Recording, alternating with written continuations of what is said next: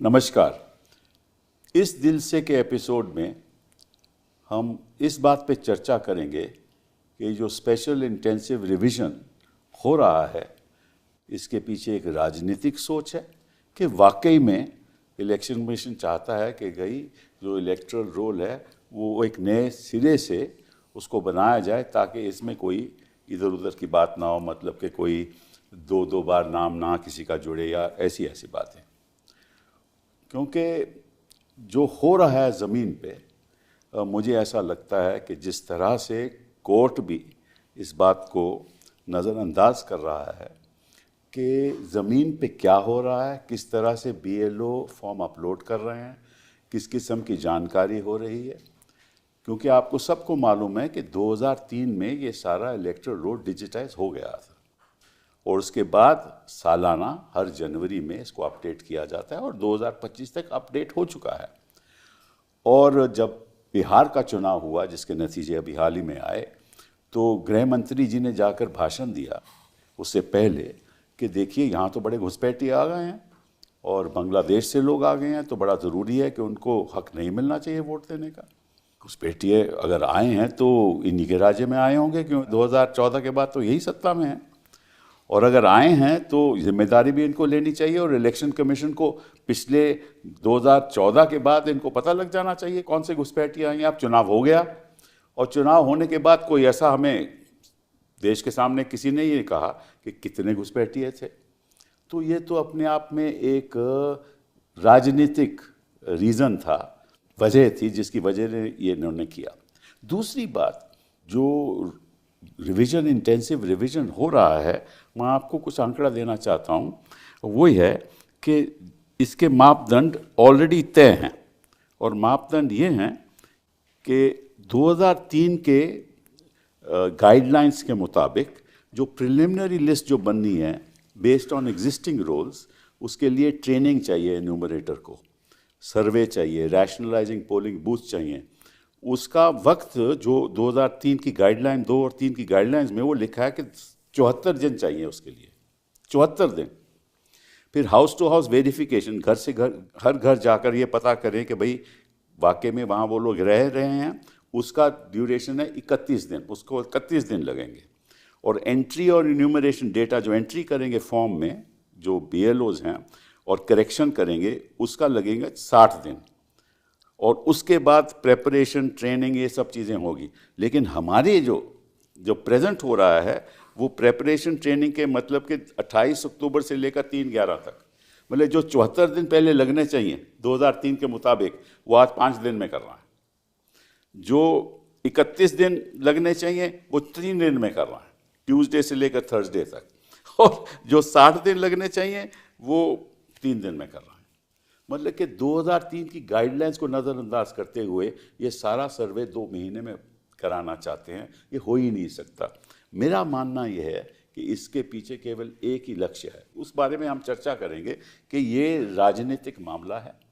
ये चाहते हैं कि जो इनकी मनमर्जी से ये वोट काटें, वोट ऐड करें, उसकी कोई सुनवाई ना हो और इस तरीके से करें, और साथ साथ में मास मीडिया इनके पक्ष में हो और इलेक्शन कमीशन अपने एफिडेविट फाइल करे। और जो एफिडेविट फाइल करती है इलेक्शन कमीशन, ऐसा मुझे लगता है कि उस पर कोई सवाल उठाया नहीं जाता। सवाल तो हम ही उठा सकते हैं और सवाल कोर्ट भी उठा सकती है, हम तो उठाते हैं। लेकिन और ये बात हम कहते भी हैं कि इसकी ऑथेंटिसिटी क्या है। अगर ये कहते हैं कि सारे ही हमने फॉर्म अपलोड कर दिए, किस तरह से किए? क्योंकि अगर किसी फॉर्म अपलोड करने के लिए इनको जाना पड़ता है, घर से भर जाना पड़ता है, उसके दस्तखत लेने पड़ते हैं इलेक्टर के, फिर उसके माता पिता का नाम पता करना पड़ता है, उसके रिश्तेदारों का नाम करना पड़ता है। ये तो हो ही नहीं सकता, 2 महीने ये काम हो ही नहीं सकता। तो इस बात पे आज हम चर्चा करेंगे और 3 हमारे साथ अनुभवी लोग हैं जो पहले भी आ चुके हैं और इसके बारे में उनको बहुत जानकारी भी है। कुरैशी साहब, thank you very much for being here. आप तो सी रहे हैं 2 साल, 2010 से लेकर 2012 तक, और 2006 से 12 तक आप इलेक्शन कमीशन में भी रहे हैं। आप इस बारे में बहुत कुछ जानते भी हैं। आप सरकार में भी रह चुके हैं, आपको सब मालूम है सरकारें भी कैसे चलती हैं और इलेक्शन कमीशन भी कैसे चलती है। और आपकी टाइम तो बहुत पारदर्शिता थी, ये सब आप ही ने, आपकी वजह से ही, आप ही ने बताया कि 2003 में डिजिटाइज हो गया, उसके बाद ज़रूरत क्या थी। तो बहुत बहुत धन्यवाद आपका यहाँ आने का। लवासा साहब, आप भी मतलब कि इलेक्शन कमीशन में आपने साल बिताए और फिर अल्टीमेटली आपने कोई बात होगी ज़रूर कि रिज़ाइन भी किया आपने, लेकिन आप भी सरकार में रहे हैं, सिविल एविएशन में रहे हैं और एनवायरनमेंट भी रहे हैं, तो आपको भी बहुत जानकारी है इसके बारे में। योगेंद्र जी, आप तो ज़मीन पे काम करते हैं, सड़क पे ही रहो। सड़क पे रहे हैं, पॉलिटिकल साइंटिस्ट भी हैं, सेफोलॉजिस्ट भी हैं, सोशल एक्टिविस्ट भी हैं, हमारे खिलाफ भी रहे हैं, अब हमारे हक में भी हैं, तो यही चीज़ें आप ऐसा चलता रहता है देश के हक में, देश के हक में, हमारे मतलब देश, हम तो देश के साथ हैं। चलिए, तो बताइए, ये वाकई में इसके पीछे राजनीतिक षड्यंत्र है, ये वाकई में एक्सरसाइज जेन्युइन है? नहीं, मुझे तो बिल्कुल शक है कि ये जेन्युइन होने पे इसके, क्योंकि 2003 में फाइनल लास्ट SIR जो हुआ उसके बाद ये फैसला किया गया था, जैसे कि हम बताया जाता था कि जब सारे रोल डिजिटाइज हो चुके और हमको 25-30 साल लगे उसको 99% तक पहुंचने में, अब इसके बाद हमें इलेक्टोरल लेके हर साल डोर टू डोर जाते हैं कि भाई तुम्हारे घर में ये 4 वोटर लिखे हुए, ये ठीक है, कोई और इजाफा हो गया तो हम बता दो, ये फॉर्म है फॉर्म 6, अगर इसमें से कोई डिलीट करना है, कोई माइग्रेट कर गया, किसी की डेथ हो गई तो ये फॉर्म 7 है, और अगर कोई करेक्शन है तो फॉर्म 8 है, ये करके हम करा के आ जाते थे। नेबर्स भी बड़े विजिलेंट होते हैं, वो तो आपके खिलाफ झूठा ही कह देंगे कि साहब ये तो 3 साल से जा चुके हैं, उनको कटवाने में उनका बड़ा रोल होता है। तो अगर कोई वहाँ पे फॉरेनर आके घुस भी गया, जो एक एक्सक्यूज़ बताया गया था, तो नेबर और वो गांव वाले बता देंगे कि यहाँ तो ये कोई लोग नया है। तो इसलिए इतना कष्ट लोगों को देना, और बिहार के उसके बाद तो खासतौर से हम देखते हैं कि जो हमने फिगर सुनी, मैं तो मीडिया की उस पर ही कर रहा हूँ कि 300 के करीब फॉरेनर्स पाए गए, उसमें से बांग्लादेशी तो शायद 100-150 ही हैं। तो उन 100-150 को पकड़ने के लिए आपने 8 करोड़ लोगों को कष्ट दिया, दौड़ाया, BLOs की सुसाइड हो रही हैं, एक सुसाइड पे सुप्रीम कोर्ट को हिल जाना चाहिए था, यहाँ तो लाइन लगी हुई है, तो कुछ तो हैरेसमेंट हो रही है। और आपने कहा कि अपलोडिंग भी फेक हो सकती है कि डर के मारे उसका टाइम का प्रेशर है, जो अब तो साबित हो गया, उस प्रेशर में आपसे दस्तखत कराया बिना उन्होंने फट से अपलोड करना शुरू कर दिया। तो अब 100 करोड़ लोगों को दौड़ाया जाएगा, कष्ट दिया जाएगा, कितने और मरेंगे। जिम्मेदारी क्या लोगों की है कि जिम्मेदारी इलेक्शन कमीशन की है? नहीं, ऑफ कोर्स इलेक्शन कमीशन की है कि इलेक्शन कमीशन को ये जो जिस रोल से 2024 के इलेक्शन हुए, सरकार बनी है, उसी रोल से तो बनी है। अगर वो रोल बिल्कुल ही बोगस था तो वो इलेक्शन ही आप नल एंड वॉइड कर दीजिए। पर जिम्मेदारी इलेक्टर के ऊपर क्यों सौंपी जा रही है? ये मेरा सवाल, जो सबसे बड़ा सवाल है। इलेक्टर पे कहाँ सौंपी जा रही है? आज तो कह रहे हैं ना कि आप फॉर्म करो, एन्यूमरेशन फॉर्म आप फिल करो, ये तो उनके ऊपर सौंपी जा रही है ना। ये तो कभी भी नहीं होता था, कभी भी नहीं होता था, ये तो कानून में भी नहीं लिखा।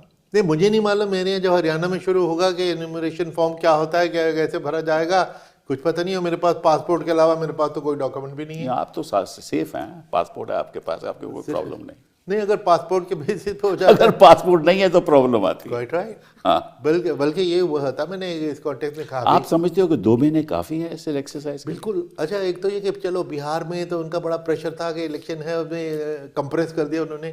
अरे जहाँ इलेक्शन 2 साल और 3 साल बाद है, उनको तो साल भर दे दो, तो कोई सुसाइड, जैसे उत्तर प्रदेश में इलेक्शन 2027 में है, जो उनको 1 महीने में या 2 महीने में कराने का क्या मतलब है? इतना प्रेशर मतलब तो आपको मालूम है लवासा जी, मतलब तो वही है ना जो मैं कह रहा हूँ। देखिए सिब्बल साहब, मैं समझता हूँ कि ये जो सारा विवाद है, इसको है ना, हमको 3 तरीके से देखना चाहिए।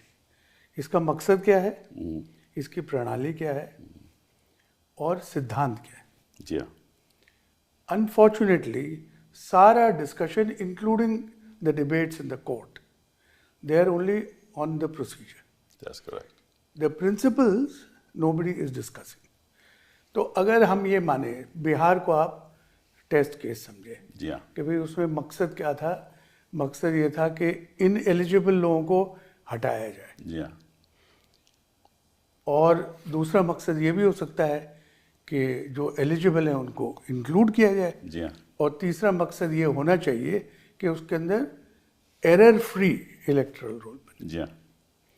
तो सबसे पहले I think it will enhance the credibility of the election commission अगर वो बताएं कि बिहार में इन 3 मकसद में से कितने पूरे हुए।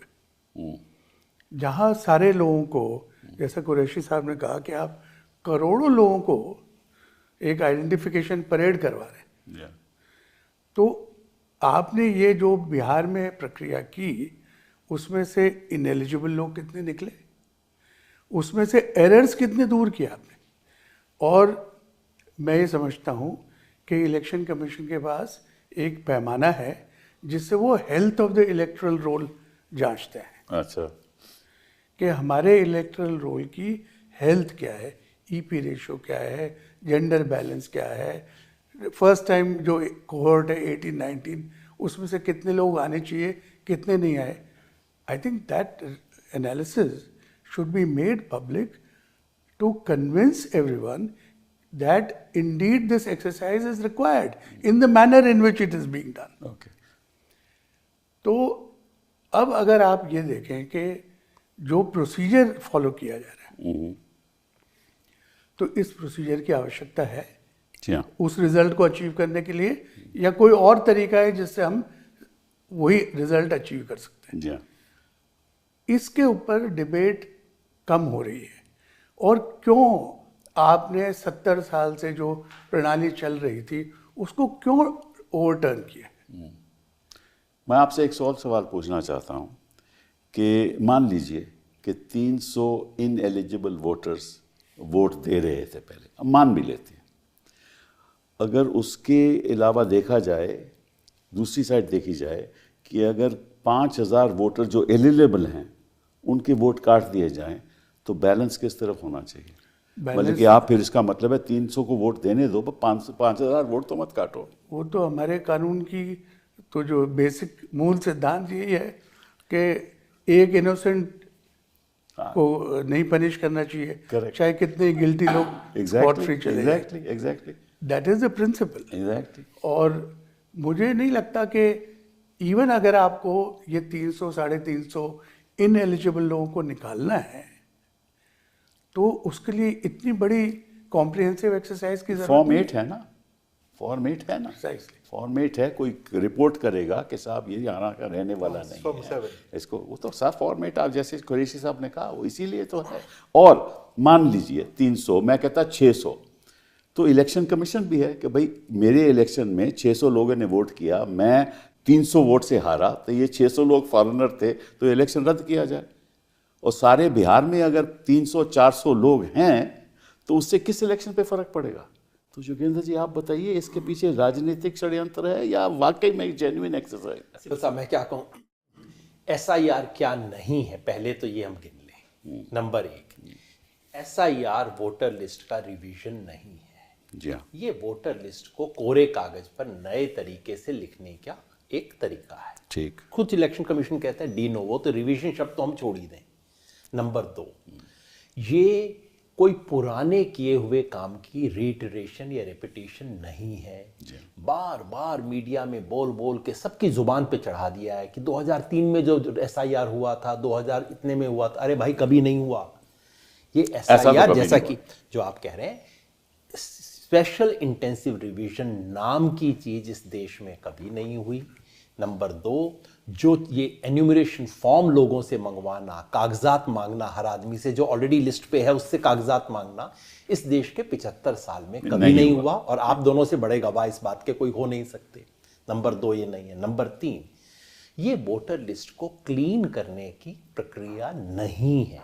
क्लीन करना मतलब उसमें डुप्लीकेशन, उसमें गलत नाम, उसमें जंक एंट्रीज। ये मैं इस आधार पे कहता हूँ सिब्बल साहब कि बिहार में, आप तो कोर्ट में थे, हमने सुप्रीम कोर्ट में डेटा पेश किया कि बिहार की जो फाइनल वोटर लिस्ट थी 30 सितंबर को जो बनी थी, उसमें 5 लाख डुप्लीकेट नाम ऐसे थे जो उसी कॉन्स्टिट्यूएंसी में डुप्लीकेट थे। अगर पूरे बिहार में डुप्लीकेशन देखें तो 59 लाख नेम ऐसे थे। हमने सुप्रीम कोर्ट में आंकड़ा पेश किया, चुनाव आयोग ने अपने काउंटर एफिडेविट में उसको डिस्प्यूट नहीं किया। नंबर 2, हमने सुप्रीम कोर्ट में बताया कि 75,000 एंट्री ऐसी हैं जो ब्लैंक हैं, name blank, father name blank, हमने कोर्ट में पेश किया। इलेक्शन कमीशन ने किसी को डिस्प्यूट नहीं किया। अभी और आपको हैरान चीज बता दिया, बिहार की वोटर लिस्ट में सिब्बल साहब हमने नाम दिखाए कोर्ट के सामने, नाम कन्नड़ और तमिल में लिखे हुए थे। This is the voters list of Bihar. हमने दिखाया कि एक ही फोटोग्राफ, वो फोटोग्राफ हमें क्योंकि पूरे बिहार के मिले नहीं थे। देश है, आपको क्या इसमें आपत्ति होता है? हाँ बाबा, मैं कहा इतना कि खुशी से मरना जाते घर एतबार होता है कि मतलब कन्नड़ और तमिल में लिख रहे हैं। अच्छा, मजे की बात सिब्बल साहब ये है, ये 30 सितंबर की वोटर लिस्ट में था। वोटर लिस्ट में रिवीजन 17 अक्टूबर तक हुआ। इनमें से एक भी एरर को रिमूव भी नहीं किया गया। जो एरर सुप्रीम कोर्ट के एग्जाम्पल दिखाए गए थे, हैंडफुल एग्जाम्पल जो हमने दिखाए थे, उनमें से एक भी एरर रिमूव नहीं किया गया। इसलिए मैं पूरी जिम्मेवारी से कहता हूं कि इसका वोटर लिस्ट करेक्शन से कोई ताल्लुक नहीं है। और हमारे सीईसी साहब आपके फॉलो में जो है, वो तो प्रेस कॉन्फ्रेंस में कह चुके हैं कि हमें डीडुप्लीकेशन सॉफ्टवेयर की जरूरत ही नहीं है। प्रेस कॉन्फ्रेंस में कहा है, तो इसलिए वो नहीं है। नंबर 4 जो आपने इशारा किया, इसका फॉरेनर्स को निकालने से कोई ताल्लुक नहीं है। ये एक तो हमने देख लिया, बिहार में हो गया। आप कह रहे हैं 300, कोई कहता है 400-500, लेकिन हर कोई कहता है अगर 500 भी हैं तो उनमें से 400-450 नेपाली हिंदू औरतें हैं। बिहार में फॉरेनर की प्रॉब्लम नेपाली हिंदू औरतों की प्रॉब्लम है। इसका किसी बांग्लादेशी रिफ्यूजी म्यांमारी से कोई संबंध ही नहीं है। तमिलनाडु में कौन सी प्रॉब्लम हो सकती है, केरला में कौन सी प्रॉब्लम हो सकती है? मतलब हो क्या, तो इससे नहीं। और इसका मैं फाइनल प्रूफ ये देता हूं सिब्बल साहब, इस देश में कोई आप किसी समझदार इंसान से पूछ लिए कि भाई इस देश में सिटीजनशिप की प्रॉब्लम किस स्टेट में है, बोलेंगे आसाम। कौन सा स्टेट है जहां फॉर्मल डिस्प्यूट हुआ इस पे, आसाम। कौन सा स्टेट है जिसमें इस पे भारत सरकार का एग्रीमेंट हुआ, आसाम। कौन सा स्टेट है जिसमें सुप्रीम कोर्ट के सुपरविजन में इसकी जांच हुई, आसाम। और आसाम में उन्होंने क्या किया है, आसाम में जो एसआईआर हो रहा है उसमें कह रहे हैं ना आपको ना एम्ब्यूलेशन फॉर्म भरने की जरूरत है, ना आपके कागज जांचे जाएंगे, कुछ जांच नहीं होगी। मतलब कि बीमारी बहुत बड़ी है, दवाई बहुत कड़वी है, सबको पीनी पड़ेगी। हाँ, जिस एक आदमी का पता लगा है कि उसको बीमारी है, उसे नहीं देने की जरूरत है, बाकी सबको देने की जरूरत है। बता दिए ना, आसाम में वो जो नाम आए कि बाहर से लोग आए, 18 लोग हैं, 18 लाख है ना। असली कारण भी बता देते हैं, बता दीजिए ना, क्यों नहीं हो रहा आसाम में। आप सोचेंगे भाई दवा सबको पिलानी है, बस सिर्फ जो एक मरीज है उसको नहीं देंगे, बाकी सबको दवा देंगे हम। क्यों भाई? क्योंकि आसाम में टेस्ट हो चुका है, ब्लड टेस्ट हो चुका है, रिपोर्ट आ गई है। आसाम में टोटल 19 लाख विदेशी हैं, ये सरकार के अपने आंकड़े हैं। और मुख्यमंत्री ने प्रेस कॉन्फ्रेंस में बोला है कि उस 19 लाख में से 7 लाख मुसलमान हैं। मतलब अगर 19 लाख विदेशियों के नाम कट गए तो उसमें 12 लाख वो होंगे जो बीजेपी जिनको अपना वोटर मानती है, और 7 लाख वो हैं जिनको बीजेपी अपना वोटर नहीं मानती। नुकसान किसे होगा? बीजेपी को। इसका असर चुनाव आयोग पे होना चाहिए, नहीं होना चाहिए? हुआ, बिल्कुल हुआ। तो इसलिए मैं कहता हूं साहब ये 4 चीजें तो नहीं है, फिर क्या है? तो फिर है 1 मिनट आप मेरे को वक्त दें, मैं आपको एक क्लासिकल हिंदू थ्योरी बताता हूं। बता दीजिए। वो है देश काल पात्र। सन 2024 के चुनाव में झटका लगने के बाद मोदी जी को 3 चीजों का अंदेशा हुआ। देश मतलब स्थान, प्लेस। इस देश के कुछ ऐसे इलाके हैं जहां बीजेपी को बहुत अच्छा सपोर्ट नहीं मिलता। दूसरी समस्या थी काल, कैलेंडर। हर 6 महीने में इलेक्शन आ जाता है और हमें कुछ ना कुछ करना पड़ता है, लोगों के लिए 10,000 रुपए देने पड़ गए औरतों को। तीसरी समस्या थी पात्र। इस देश के कुछ लोग हैं जो बीजेपी के पक्ष में नहीं है। अब बीजेपी तीनों का परमानेंट इलाज कर रही है, और उन तीनों का इलाज ये है, देश की समस्या का इलाज है डिलिमिटेशन। जहां जहां बीजेपी को वोट नहीं मिलते उन स्टेट्स का number of members in the parliament कम होने वाले हैं। काल की समस्या, कैलेंडर की समस्या का सॉल्यूशन है 1 नेशन 1 इलेक्शन। 5 साल में बस एक बार मैनेज करना पड़ेगा, बाकी रोज रोज का झंझट ही खत्म। मतलब जो एक ही बार में 1-1 लाख रुपए, 10-10 लाख रुपए के बैंक अकाउंट में चले गया तो इलाज हो गया। सर फिर वो पाकिस्तान से लड़ाई भी हो सकती है। बड़े 3 महीने में अगर आपने सब कुछ करना है तो बड़े बड़े इलाज हैं इस देश के अंदर। एक बार में मैनेज हो गया, रोज रोज का चंटाई खत्म हो गया। ठीक है। और ये जो पात्र की समस्या है उसका इलाज है SIR। करेक्ट। कि उस पात्र को निकाल दो। तो देश काल पात्र तीनों को मैनेज किया जा रहा है। लोकतंत्र भी होगा, चुनाव भी होंगे, और बीजेपी के जीतने की गारंटी भी होगी। तो मतलब एक बीजेपी की जीतने की गारंटी तो जरूर होगी, चुनाव होंगे, चुनाव का मतलब थोड़ा उनका अलग है और हमारा अलग है। देखिए, रेस दो तरह की हो सकती है ना। एक तो रेस है कि हम दोनों एक फर्श के ऊपर दौड़ रहे हैं, एक ग्राउंड पे दौड़ रहे हैं। दूसरी रेस ये हो सकती है कि मैं तो मैदान पे दौड़ूंगा और सिब्बल साहब को कहूंगा तुम पहाड़ी के ऊपर दौड़ो, बिल्कुल, और हम चेक कर लेंगे 100 मीटर कौन कितने में दौड़ता है। तो ये खेल हो रहा है इस वक्त, इसलिए बहुत डीप सेंस में पॉलिटिकल है। और अनफॉर्चुनेटली, और बहुत अफसोस के साथ कहना पड़ रहा है इन दो बहुत सीनियर लोगों जिन्होंने इलेक्शन कमीशन में रहे थे, आज जो इलेक्शन कमीशन की भूमिका है वो रूलिंग पार्टी के एक्सटेंडेड आर्म से ज्यादा लगती नहीं है। बोलते वक्त भी कई बार मैं इलेक्शन कमीशन, रियलिटी है, इलेक्शन कमीशन, भारत सरकार और बीजेपी तीनों के अंदर जो बाउंड्री वॉल्स हैं कुछ लगती नहीं। आपके टाइम पे तो ऐसा नहीं था, सवाल ही नहीं पैदा होता। बल्कि मुझे तो जब ये सुनता हूँ क्रिटिसिज्म तो बड़ा दुख होता है, बड़ा ऐसा लगता है कोई मेरे मुंह पे थप्पड़ मार रहा है कि इलेक्शन कमीशन पे उंगली उठाने का तो कोई सवाल ही नहीं पैदा होता था। और इलेक्शन कमीशन की न्यूट्रलिटी के मैं ही मिसाल दे देता हूँ कि आज कल तो कहते हैं कुरैशी था, कांग्रेस का था, कोई दिखा दे मिसाल। मैंने तो 4 मंत्रियों को चार्जशीट किया कांग्रेस के, including law minister of the land, जो लॉ मिनिस्ट्री प्राइम मिनिस्टर और प्रेसिडेंट के दस्तखत के बाद हमारा अपॉइंटमेंट लेटर जारी तो लॉ मिनिस्ट्री करती है, हमने उसको सेंश्योर किया, उसको नहीं छोड़ा। उसके बाद भी आज के लोग जो बिल्कुल मेमोरी उनकी है नहीं, नाम देख के गाली देना है, कि वो इस किस्म की बकवास करते हैं। तो बहुत अफसोस और दुख की बात है कि इतनी बहादुरी से और इतनी बेशर्मी से ये हुआ चला जा रहा है और उनको कोई रोक नहीं रहा, रोक नहीं रहा, कोई रोक नहीं रहा। वो उनको दौड़ा दिया इधर से उधर, वो परेशान हो रहे हैं, BLOs पे प्रेशर के वो सुसाइड कर रहे हैं, वो सब चलता रहेगा, कोई बात ही नहीं। आपसे सवाल पूछना चाहता हूं कि ये जो सवाल उठ रहा है कि चुनाव आयोग को हक है तय करने का कि आप हिंदुस्तान के नागरिक हो या नहीं, मैं आपसे पूछना चाहता हूँ ये सही है कि गलत? नहीं, ये तो किसी ने भी नहीं कहा। हर शख्स मानता है कि इलेक्शन कमीशन कहती है, इलेक्शन कमीशन सिटीजनशिप डिसाइड नहीं कर सकती। वो कहती इलेक्शन है, कमीशन ये एफिडेविट में कह रहे हैं वो पता नहीं, वो तो कह रहे हैं कि आपको सेंट्रल गवर्नमेंट को हक नहीं, हमको हक है। उन्होंने एफिडेविट दिया। आई एम सरप्राइज, अदरवाइज उनका जो कहना है उस हद तक ठीक हो सकता है कि only citizen of India can be a voter.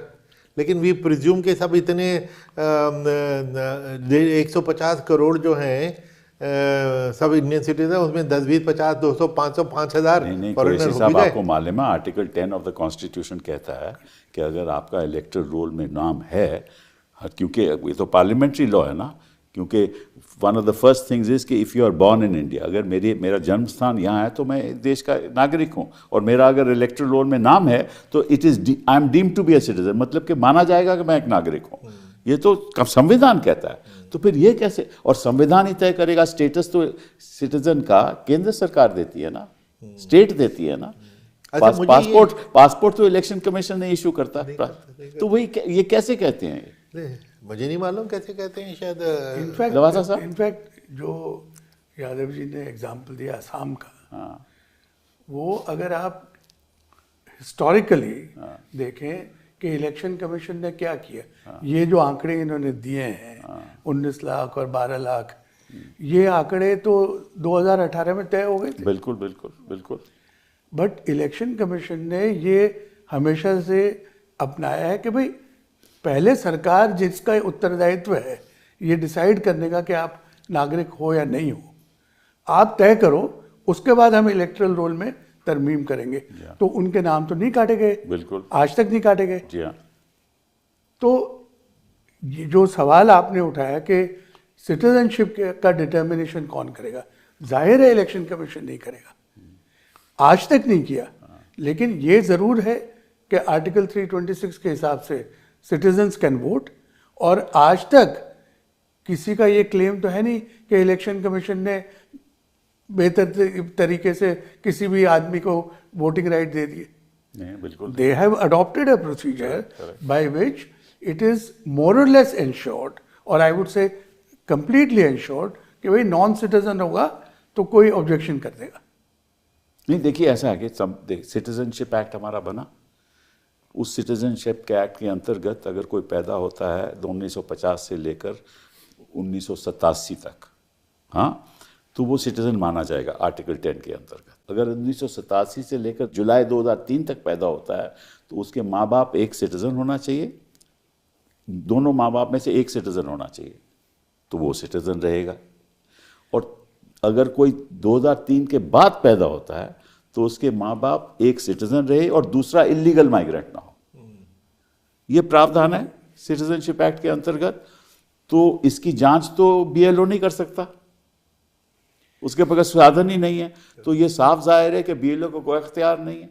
और जैसे आपने कहा कि एक धारा 16 है of the representation of people act 1950, उसमें लिखा है कि a person can vote if he is a citizen of India. अगर मैं नागरिक हूं तो मैं वोट कर सकता हूं। दूसरा, अगर if I am of unsound mind I can vote, if I am not a citizen I can't vote, और if I am disqualified by another act, मतलब कि किसी और प्रावधान के अंतर्गत मेरी डिस्क्वालिफिकेशन हो गई तो मैं आई कैन नॉट वोट। ठीक है ना। तो अगर बीएलओ कहे कि you are of unsound mind तो बीएलओ तय करेगा। अगर बीएलओ कहे कि साहब आप डिस्क्वालिफाइड हो, बीएलओ तय करेगा। तो बीएलओ कैसे तय करेगा कि तुम नागरिक नहीं हो? तो ये तो साफ जाहिर है। तो इस पे बहस क्यों हो रही है? नहीं, आप ये देखिए कि अब 2025 आ गया, तो अगर मैं 2007 में जन्मा हूँ, 18 साल का हो गया, और मेरे पास कोई डॉक्यूमेंट नहीं है, लेकिन मैं यहाँ पैदा हुआ हूँ, मेरे पेरेंट्स भी यहाँ रहे हैं, तो मुझे आप वोट नहीं दे देंगे? कहते हैं नहीं, आप प्रूव करो आप सिटीजन हो। तो जो सिस्टम इलेक्शन कमीशन ने फर्स्ट टाइम वोटर्स को एनरोल करने का तो यही बना रखा है कि आप फॉर्म भरिए और उसके अंदर कोई अपनी एंटिटी क्या है उसके डॉक्यूमेंट दीजिए, डेट ऑफ बर्थ प्रूव करिए। लेकिन हमेशा से जो एनरोलमेंट है उसकी जिम्मेदारी हमेशा election commission through the government machinery ली है कि भाई हम एनरोल करेंगे। अब सेंसस हो रहा है, लोग थोड़ी बताएंगे कि हम एग्जैक्टली वो तो गवर्नमेंट का काम है कि सेंसस हम कराएंगे, अपने लोग भेजेंगे आपके पास। इसी संदर्भ में अगर धारा 19 देखी जाए रिप्रेजेंटेशन ऑफ पीपल इन 1950, वो कहता है कि अगर इस जगह आप रह रहे हो, if you are resident of this place, ठीक है ना, और आप वहाँ रह रहे हो, तो and if you are born in India you will be a citizen, you will be entitled to vote. That's all that is required under 19। तो ये जो बहस हो रही है कोर्ट में, मुझे तो समझ नहीं आता कि किस आधार पे हो रही है। बहुत चीज़ें समझ नहीं आती सिब्बल साहब। आप क्योंकि आप सिर्फ कंपेयर नहीं कर रहे हो प्रोग्राम को, आप इस देश के एक लीडिंग ज्यूरिस्ट हो। मैं आपसे एक सवाल पूछना चाहता हूँ। मैं तो लिटिगेंट हूँ, कोर्ट में हूँ, देखता हूँ जाके, अब बड़े बड़े लोग बोल रहे होते हैं, मैं देखता हूँ। कोर्ट मेरे पक्ष में फैसला दे, कोई जरूरी नहीं, कोर्ट की अपनी मान्यता है, मेरे पक्ष में दे, मेरे खिलाफ दे, लेकिन जजमेंट तो दे। बिहार के देखिए सारी पिटीशन कहाँ शुरू हुई, जुलाई के महीने में कोर्ट इलेक्शन कमीशन ये अफलातूनी आदेश लेके आया कि साहब ये कीजिए, अगले दिन से एसआईआर होगा। जून 24 को आदेश आया, हम जुलाई 3-4 को सुप्रीम कोर्ट में पहुंच गए। जुलाई 10 को सुप्रीम कोर्ट की वेकेशन बेंच ने हियरिंग शुरू कर दी, आप सब जगह थे, और हम कह रहे थे कि बिहार के चुनाव से पहले ये होने वाला है, ये इलीगल है, अनकॉन्स्टिट्यूशनल है, इसे रोकिए। सुप्रीम कोर्ट को पूरा हक था कहने का कि ये इलीगल नहीं है, अनकॉन्स्टिट्यूशनल नहीं है, जो उनकी रीडिंग है जो भी हो, मगर इतना तो हक हमारा बनता है कि बिहार इलेक्शन से पहले बता तो दीजिए, एग्जाम शुरू होने से पहले बता तो दीजिए कि सिलेबस क्या होगा। ये हियरिंग पे हियरिंग होती गई और बिहार इलेक्शन आया और निकल गया, और उसके बाद बाकी 12 स्टेट का एसआईआर शुरू हो गया है। वही का वही फ्रॉड हो रहा है इन स्टेट्स में लोकल लेवल पे जो बिहार में हुआ था, कोई शक नहीं इसमें। हियरिंग होती जा रही है, तारीख पे तारीख लगती जा रही है, जजेस बड़े प्यार से बात कर रहे हैं, लेकिन इसमें न्याय कहाँ गया साहब? ये देखिए, मैं देखो इस सवाल, कुछ ऐसे सवाल हैं जो वकील जवाब भी नहीं दे सकता, क्योंकि ये तो कोर्ट तय करता है कब हियरिंग हो, कैसी हियरिंग हो, कब जजमेंट हो। को हम सबसे बेहतर जानते वो तो नहीं, मैं जानता तो हूँ, लेकिन ये देखिए मैं ये एक ही ऐसा केस थोड़ी ना है।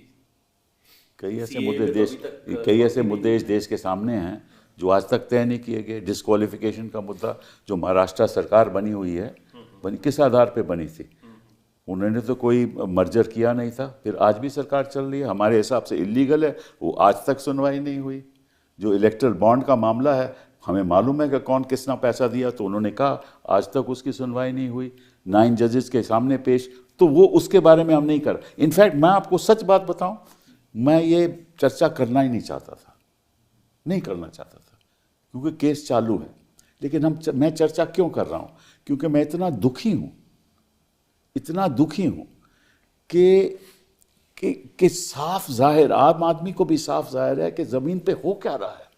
मैं आपको बताता हूँ तो इसलिए मैंने सोचा ये लाजमी है, अगर कोई नहीं बताता देश की जनता को कि हो क्या रहा है, हमारा एक कर्तव्य बनता है कि हम बताएं। इसलिए मैं कर रहा हूँ ये प्रोग्राम। कुरैशी साहब ने कहा चलिए बिहार के अंदर ये था, जो भी था, अच्छी नीयत थी, बुरी नीयत थी, आपने अफरा तफरी में किया और वहाँ पे बहुत कुछ गड़बड़ हो गई।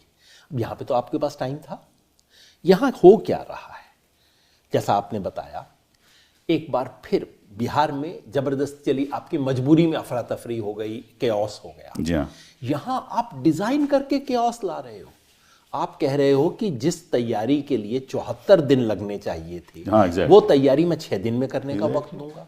दोबारा वही गाइडलाइंस 2003 की कह रहे हैं, 74 दिन लगने चाहिए।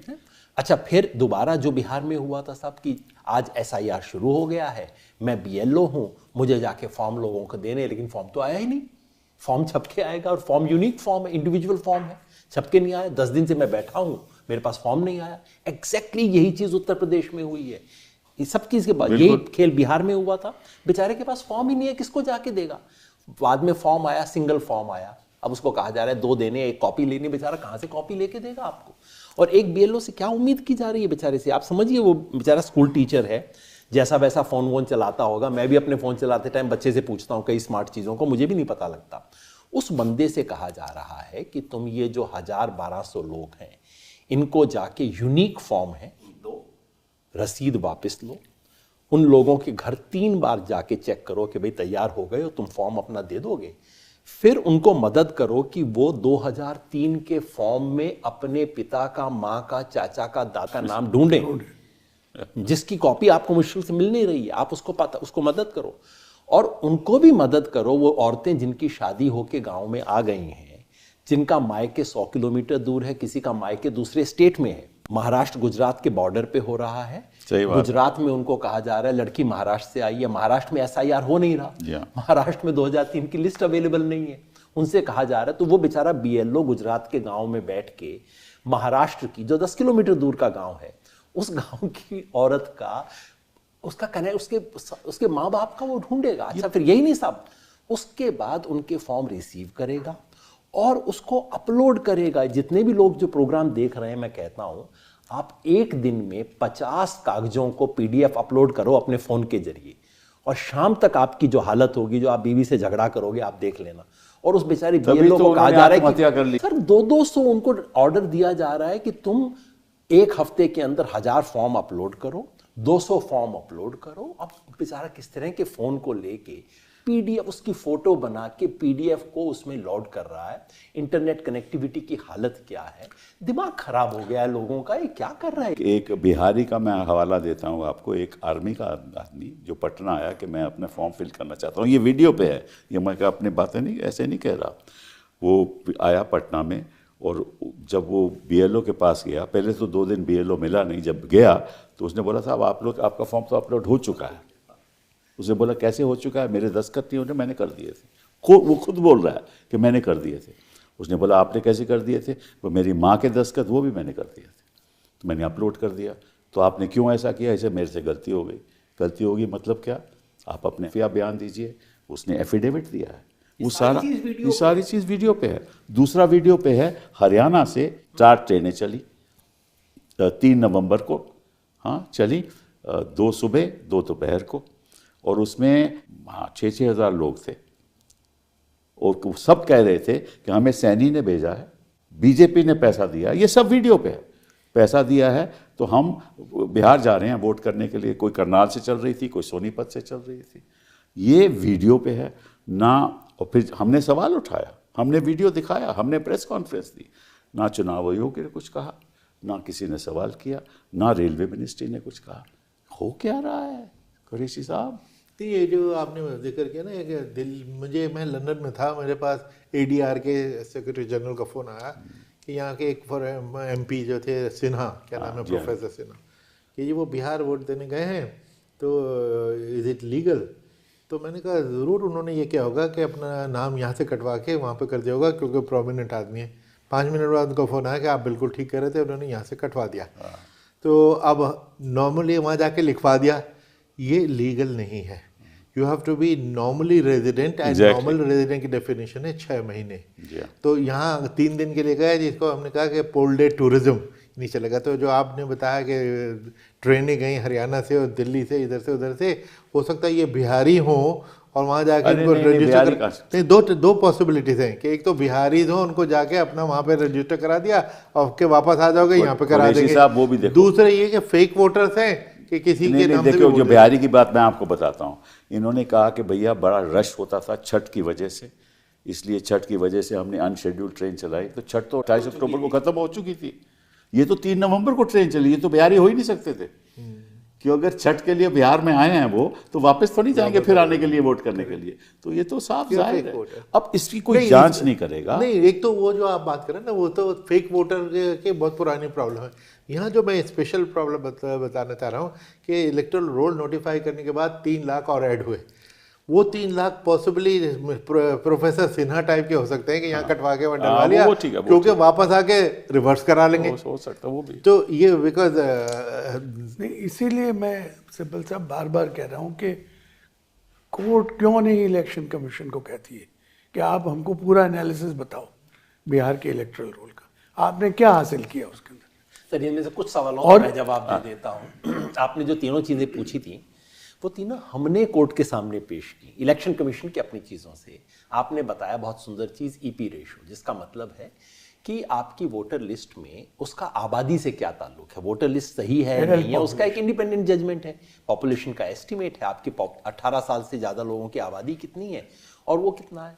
बिहार का आंकड़ा ये है, बिहार में 8 करोड़ 22 लाख एडल्ट लोग हैं भारत सरकार के पॉपुलेशन एस्टिमेट के हिसाब से।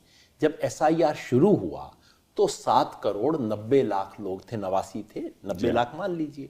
इसका मतलब है एक अच्छे SIR में बढ़ के उसे 8 करोड़ 22 लाख की तरफ जाना चाहिए था। हुआ क्या, वो घट के 7 करोड़ 45 लाख पे आ गया। Correct. तो EP रेशो जो थी 97% थी, उससे घट के 90% पे आ गया। मैं कह रहा हूँ, ये आप कह रहे हो। Court should ask the election commission that you give us this data, you do an analysis and tell us how have you improved the health of electoral roll in Bihar by conducting this so-called comprehensive exercise। और दूसरी बात, मैं ये मतलब जो अब SIR हो रहा है, और मुझे समझ में नहीं आता कि अगर आपके पास टूल्स अवेलेबल हैं क्लीन अप करने के लिए, उसका इस्तेमाल आप क्यों नहीं कर रहे। डुप्लीकेट वोटर का जो सॉफ्टवेयर है, और बिल्कुल पॉसिबल है कि टेबल टॉप एक्सरसाइज आप करो, ऑडिट करो अपने इलेक्टोरल रोल का, जितनी गलतियां हैं वो आइडेंटिफाई करिए और बताइए लोगों को कि as a result of this exercise this is what we have found and now we will start the process of cleaning up. आप 2 महीने में हो सकता है ये, मैं आपसे पूछना चाहता हूँ, ये जो आप कह रहे हैं table top exercise, it is not an exercise which involves the people.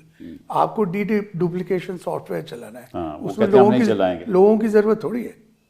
अब आप कह रहे हो कि नहीं, हमको ये उम्मीद है कि एक शख्स 2 जगह फॉर्म नहीं भरेगा और डुप्लीकेट हो जाएगा।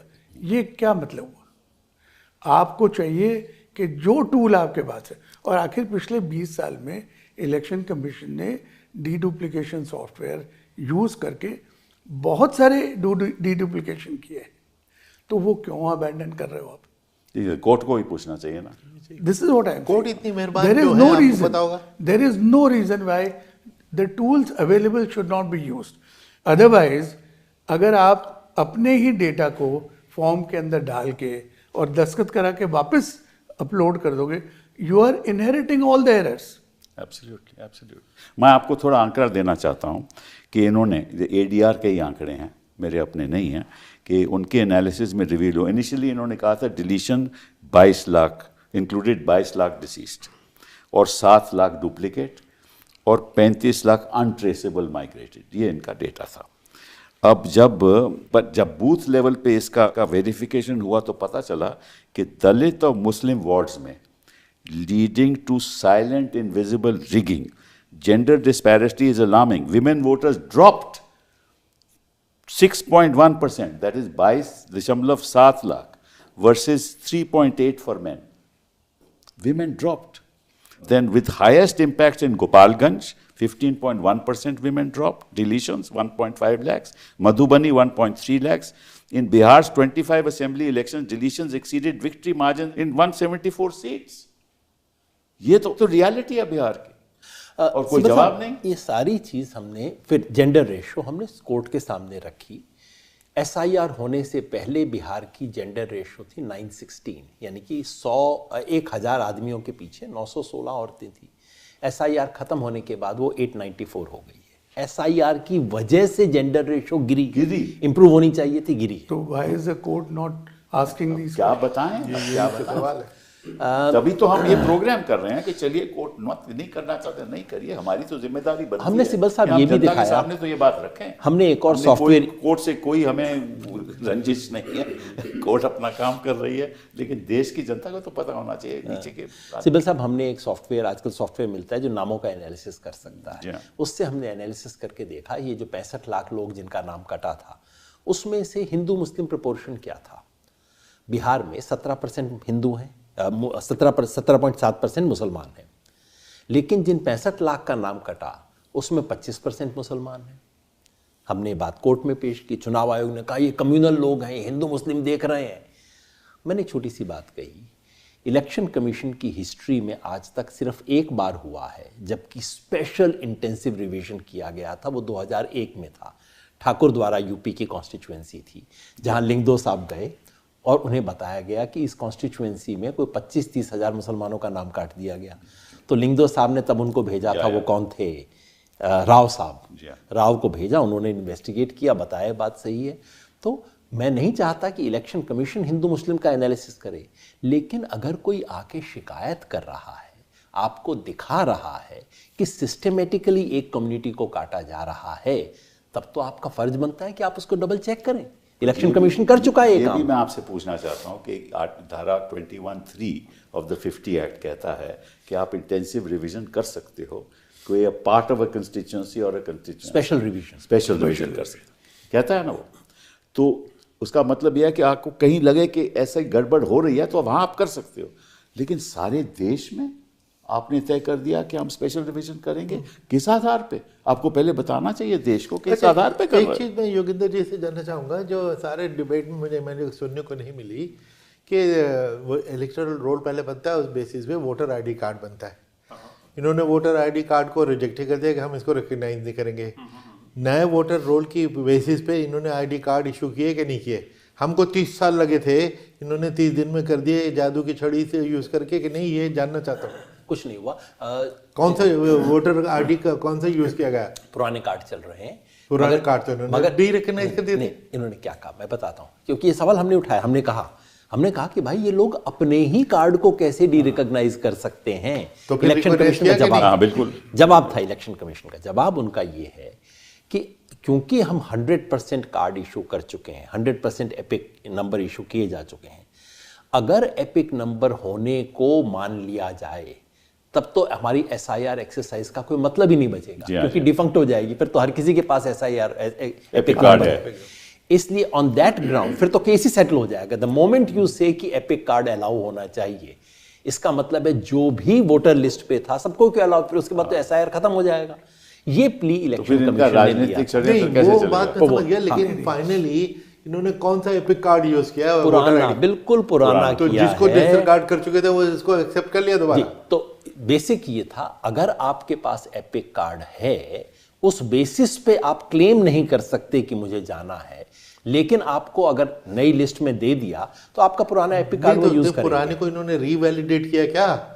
मेरे पास मेरी जेब में है वो कार्ड, तो उसको रीवैलिडेट किया क्या? नए रोल में आप हैं, कुछ भी नहीं, तो फिर ये कुछ फिजिकल एक्सरसाइज नहीं हुई है। एग्जैक्टली क्या हुआ? केवल वो जाके देखेगा, आप अपना कार्ड दिखाएंगे, वो नंबर मैच करेगा, कहेगा ये नंबर अभी है नहीं, आप जाओ, ये नंबर वो नहीं, बस और कुछ नहीं। ये सिब्बल साहब, यादव जी तो किसानों के साथ काम करते हैं, तो किसान भी अपने खेत से खरपतवार निकालता है। जी हाँ, इनएलिजिबल। जी हाँ, जी हाँ।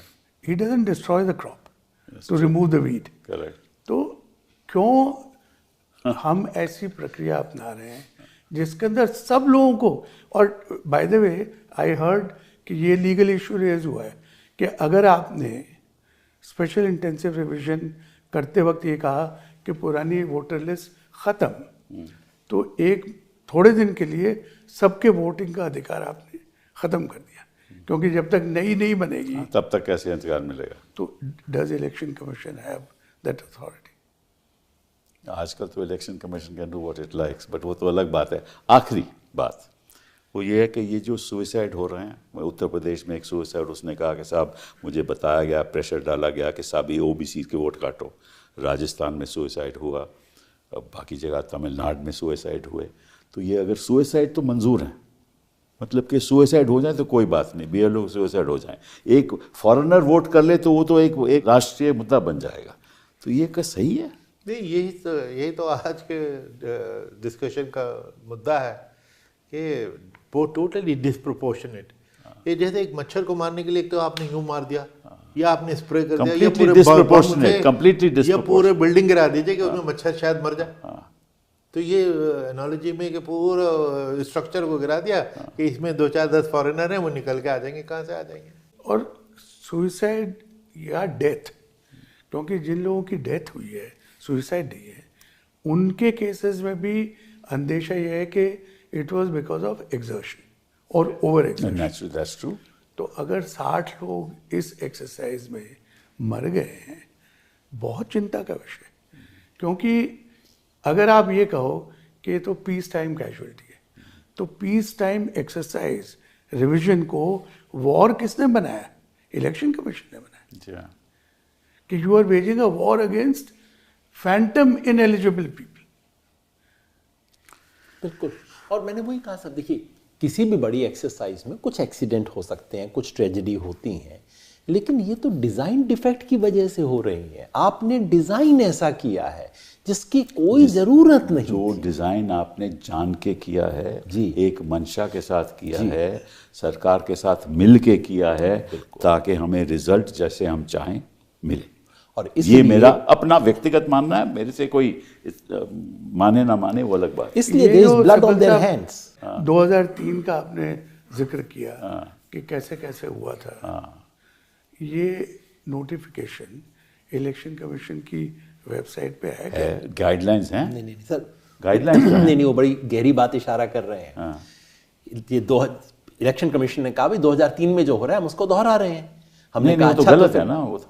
हमने कहा आप 2003 की गाइडलाइन दिखा दो। इलेक्शन कमीशन का मिल नहीं रही है। फिर कोई अखबार वाला गया, उन्होंने कहा वो फाइल गुम हो गई है। फाइनली सिब्बल साहब ये हम लोगों ने कहीं से ढूंढ, मैं बताऊंगा नहीं कहां से, कहीं से ढूंढ के निकाली है, हमने पब्लिक में डाली है वो चीज। इलेक्शन कमीशन ने आज तक नहीं डाली है वो चीज। क्यों नहीं है इलेक्शन कमीशन की वेबसाइट? क्यों छुपा रहे हैं? छुपा रहे हैं वो, क्योंकि आपको मालूम है कि जो कर रहे हैं वो उसके बिल्कुल खिलाफ है, क्योंकि कोई इन्यूमरेशन फॉर्म की जरूरत ही नहीं है अंडर दिस गाइडलाइन। वो तो हाउस टू हाउस सर्वे करना पड़ेगा ना।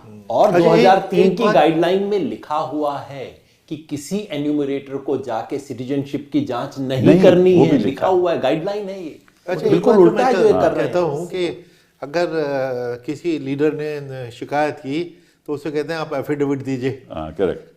अगर जवाब में ये कहे कि साहब आपने इलेक्टोरल रोल बड़ा क्लीन करके छापा है, एक एफिडेविट दीजिए कि इसमें एक भी एरर नहीं है, अगर होगी तो मैं क्रिमिनली लायबल होऊंगा। करेंगे? ये अच्छा विचार, ये अच्छा विचार। कौन मानेगा? जिस सोच के साथ हो रहा है उस सोच में ना तो सवाल उठेगा ना कोई मानेगा। चलिए, अच्छा है। मैंने इसलिए ये प्रोग्राम किया ख़ास तौर पे आप लोगों को बुलाने के लिए, और आप क्योंकि आप ज़मीन से जुड़े हुए हैं, कि अब ज़रूरत आ गई है कि जनता को बताने के लिए कि क्या धांधलीबाजी इस देश में हो रही है, क्योंकि ये लोकतंत्र की लड़ाई है। लोकतंत्र कायम तभी होगा अब ये बात जनता तक पहुंचेगी। बहुत बहुत धन्यवाद।